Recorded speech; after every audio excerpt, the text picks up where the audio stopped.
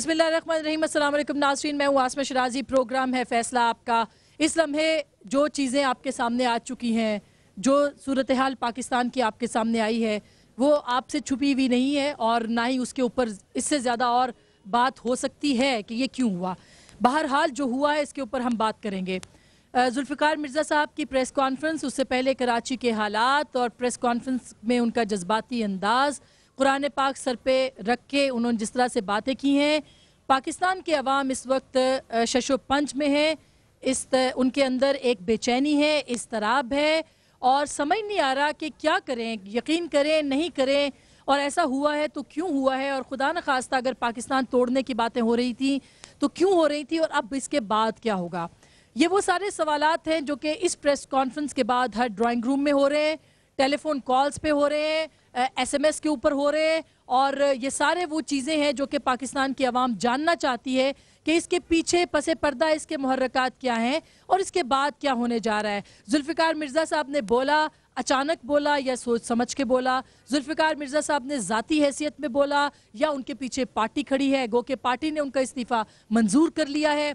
उसके बाद अब क्या होगा, क्या मुत्तहिदा कौमी मूवमेंट अपना गुस्सा शो करेगी या नहीं करेगी, किस तरह के उनके जज्बात सामने आएंगे या नहीं आएंगे, कराची के हालात बिगड़ेंगे या संवरेंगे, पाकिस्तान के अंदर बड़े इदारे, बड़ी शख्सियात जो जिम्मेदार शख्सियात हैं वो क्या करेंगी, ये वो सारे सवालात हैं जो कि इस वक्त तक पाकिस्तान के अवाम पूछ रहे हैं। और आज हम भी यही सवालात पूछेंगे, यही बात करेंगे कि प्रेस कॉन्फ्रेंस हो गई, जज्बातियत भी हो गई, तकरीर भी हो गई, कुरान पाक भी सर पे रख लिया, इसके बाद क्या होगा, असरात क्या निकलेंगे, इस पे हम बात करेंगे। बहुत बहुत शुक्रिया। हम इस्लामाबाद से आपके साथ मौजूद हैं और हमारे साथ हमारी ये ऑडियंस मौजूद है। मैं अपने मेहमानों का तारुफ कराए देती हूँ जिनके सामने हम ये सवाल रखेंगे। मेरे साथ है जनाब मुशाहिदुल्लाह खान साहब, सेक्रेटरी इत्तलात पाकिस्तान मुस्लिम लीग नवाज, किसी तारुफ के मोहताज नहीं, कराची से इनका ताल्लुक है, इनसे भी बात करेंगे। उनके साथ है मौलवी सिराजुल हक साहब, जमात इस्लामी के बड़े सीनियर रहनुमा हैं, बहुत खूब गुफ्तगू करते हैं, इनसे भी आज की जो सूरत हाल है इस पर बात करेंगे।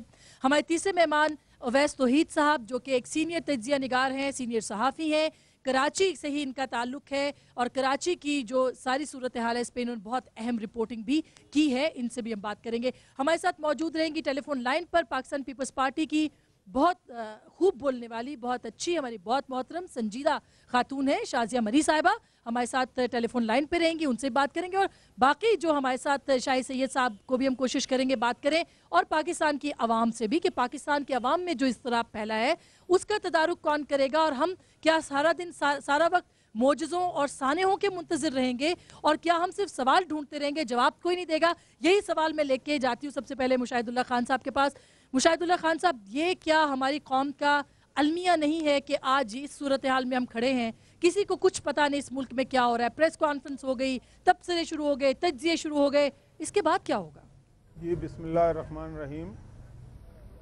देखें, ये जो आज इन्होंने मिर्ज़ा साहब ने प्रेस कॉन्फ्रेंस की है, ये इंतहाई अहम प्रेस कॉन्फ्रेंस है। पाकिस्तान की तारीख़ में बहुत सारे अहम वाक़े हुए। मेरे नज़दीक ये भी एक होशरबा किस्म की प्रेस कॉन्फ्रेंस है जिसमें ऐसी ऐसी बातें की गई हैं, जो कुछ बातें तो बिल्कुल मंजर आम पे पहली दफ़ा आई हैं, कुछ बातें ज़रूर मंजर आम पे पहले आ चुकी हैं लेकिन ऑफिशियली नहीं आई, किसी ने खुल के सामने आके ये बातें नहीं की। अब और फिर इसका अहम पहलू ये है, जैसे आपने भी कहा कि उन्होंने कुरान को सर पे रख के ये सारी बातें की हैं। अब ये कुरान हमारे यानी कि मुसलमान का के लिए इससे बड़ी कोई और बात हो नहीं सकती। कुरान या तो कोई झूठा उठा सकता है या सच्चा उठा सकता है, लेकिन हमें उसने ज़न होना चाहिए कि जो भी कुरान उठाता है वो सच्चा ही उठाता है जब तक वो साबित ना हो जाए। तो मैं ये समझता हूँ कि उन्होंने जो सवालात उठाए हैं वो उसके तीन पहलू हैं मेरे नज़दीक। पहली बात तो ये है कि मैं यानी कि ये पहलू बयान करने से पहले ये कहना चाहता हूँ कि सबसे पहले तो जिन लोगों को उन्होंने यानी कि जिन पे इल्ज़ामात लगाए हैं, जो अपोजिशन से भरी हुई ये प्रेस कॉन्फ्रेंस थी, उन्हें इसका जवाब देना चाहिए।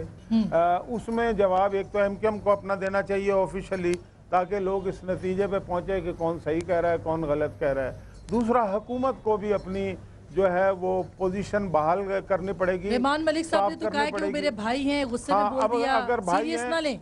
अब अगर भाई हैं तो फिर भाई, इसका मतलब भाई ने सब कुछ ठीक कहा है, और अगर सब कुछ ठीक कहा है तो फिर रहमान मलिक साहब के बारे में जो उन्होंने इंतहाई संगीन इल्ज़ामात लगाए हैं, तो अगर वो भाई हैं तो फिर उसके बाद ना उन्हें वजीर रहने का कोई हक़ है, ना उन्हें आज़ाद फिरने का कोई हक़ है। अगर वो भाई हैं उनकर, उन्होंने सब कुछ ठीक कहा है, तो जितनी संजीदा बातें उन्होंने और इतनी नाजुक बातें की हैं कि इसका ताल्लुक़ ना सिर्फ पाकिस्तान की सलामती से है, पाकिस्तान के सिक्योरिटी इदारों से है, बल्कि पाकिस्तान की इंटेलिजेंस एजेंसियों से भी हैं। और यहाँ जितने लोग बैठे हैं पाकिस्तान के, वो लोग जो पाकिस्तान, जिनका मरना जीना पाकिस्तान है, जिनका मरना जीना इस्लाम है, जिनका मरना जीना वो नारा है कि जिसकी बुनियाद पे पाकिस्तान इसी रमज़ान के महीने में, इसी 27 रमज़ान को मार्ज़ वजूद में आया था कि पाकिस्तान का मतलब क्या, ला इलाहा इल्लल्लाह मुहम्मदुर रसूलुल्लाह। आज उसी रोज़े में 27 से आज रमज़ान गुजरा है,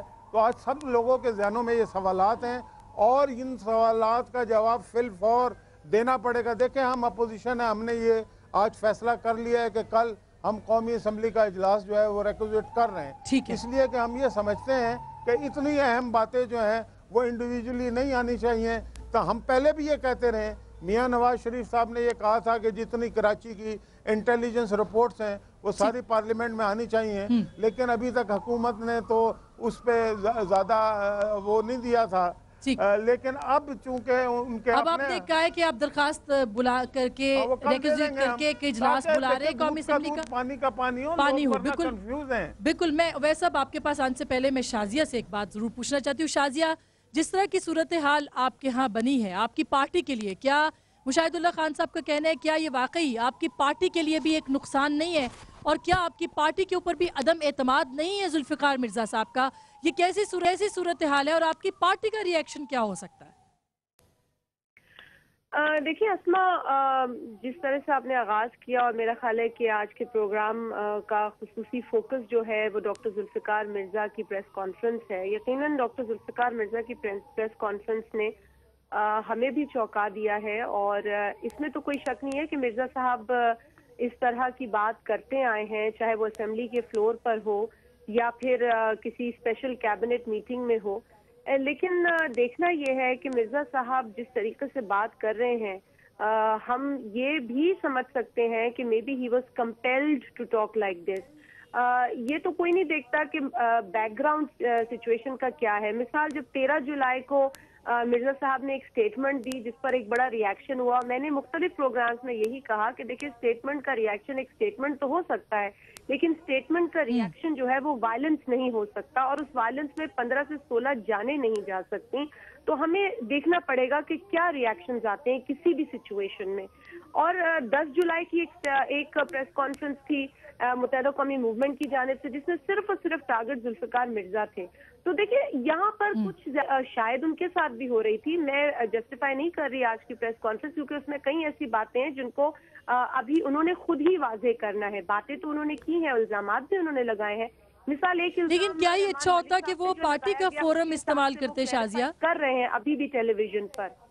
जहाँ तक पीपल्स पार्टी का सवाल है, देखिए, पाकिस्तान पीपल्स पार्टी ने हमेशा अपने जो भी प्रिंसिपल्स हैं उनको फॉलो किया है। वायलेंस हमारी जमात का हिस्सा नहीं है। हमने हमेशा से कहा है कि हम पॉलिटिकल ग्रुप से बात करेंगे, पॉलिटिकल जमातों के साथ रेकंसाइल करेंगे, और कोई भी अगर मिलिटेंट एलिमेंट होगा उसे हम रिजेक्ट करेंगे, खा वो हमारे साथ अटैच होने की कोशिश करता है किसी और जमात में। तो रेकंसिलिएशन जो है वो यकीनी तौर पर उसकी भी कुछ कंडीशंस हैं। हाँ, सख्त डिसीजन है, चैलेंजिंग डिसीजन है, हमें बहुत मुश्किल चीजों का सामना होता है, लेकिन यही हमारी पॉलिसी है दैट वी विल रेकंसाइल, और ये बहुत जरूरी है। अब इस पर पार्टी का हवाले से जो रिएक्शन है, एक रिएक्शन तो असमा सामने आ गया है कि डॉक्टर जुल्फ़िकार मिर्ज़ा साहब ने अपने पार्टी के ऑफिस का जो उनका ओहदा था सीनियर वाइस प्रेसिडेंट का, वो मंजूर कर लिया गया। मुस्तफी होने के बाद उन्होंने प्रेस कॉन्फ्रेंस की, वो एक्सेप्ट हो गया है पार्टी की जानिब से। तो एक रद्द अमल तो पार्टी का सामने आ चुका है।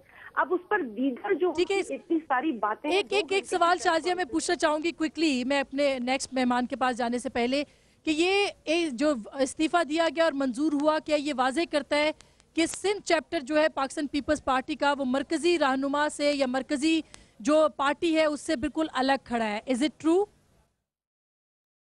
I would not think like party तो एक वफाकी पार्टी है और उसके अंदर शाखें हैं, हर सूबे के अंदर एक हर चैप्टर के हेड हैं। जैसे कि चीफ मिनिस्टर सिंध से कायम अली शाह साहब सिंध चैप्टर के हेड हैं, तो उसूली तौर पर उन्हीं को इस्तीफा जाएगा, वो कबूल करेंगे, लेकिन उनको पार्टी हायत से पूछना पड़ेगा। तो ये पूरा एक प्रोसेस है। बट हैविंग सेड दैट, मैं दोबारा ये बात करूंगी, देखिए पूरी सिचुएशन जो है वो कराची की टेंशन के बाद सामने आई है।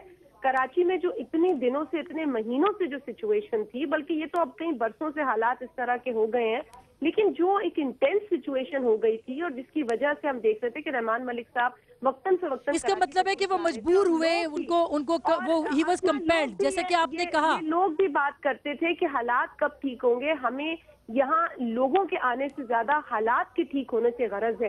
तो ठीक बात है, ठीक बात है। मैं जल्दी से मैं वापस आती हूँ शाजिया आपके पास, मैं आती हूँ शाजिया।